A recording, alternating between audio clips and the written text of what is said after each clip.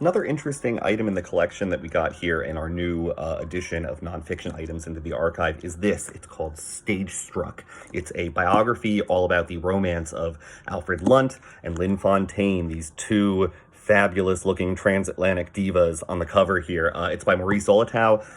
Lunt and Fontaine were probably best known as being the Broadway power couple of the 1920s and 1930s, basically the early part of the 20th century. They had massive success. They appeared in like over a dozen shows together, and they kind of hobnobbed with everybody in the roaring 20s and 30s New York theater scene, the Kaufmans and everybody like that.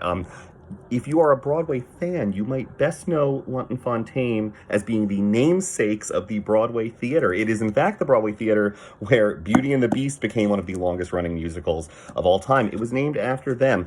They had a partnership of over 40 years. They lived a fascinating life. In 1958, what was the Globe Theater would then become named the Lunt-Fontannes Theater as the two of them starred in what was going to be their final Broadway production of a play called The Visit, which has never been staged again on Broadway as far as I can tell.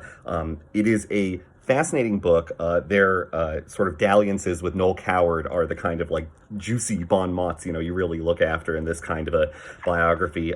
Hard-hitting, maybe not. There's no skeletons in the closet that are being unearthed here, but it is a fascinating look at what Broadway would have been like around the turn of the century and what acting royalty and acting families did. The book is probably most interesting as well for having a really incredible selection of black and white photos of the family here in the middle. You can see Lunt-Fontannes' parents, fabulous, lying down, beautiful. There's beautiful pictures of costumes from a variety of performances here too. We have some great primary resource photos of different fashions of the 1920s and 30s. It's a great resource. This is also a first edition as well. It's in beautiful condition. Someone put a plastic dust jacket over the main dust jacket just to really make sure that this thing stays in good condition.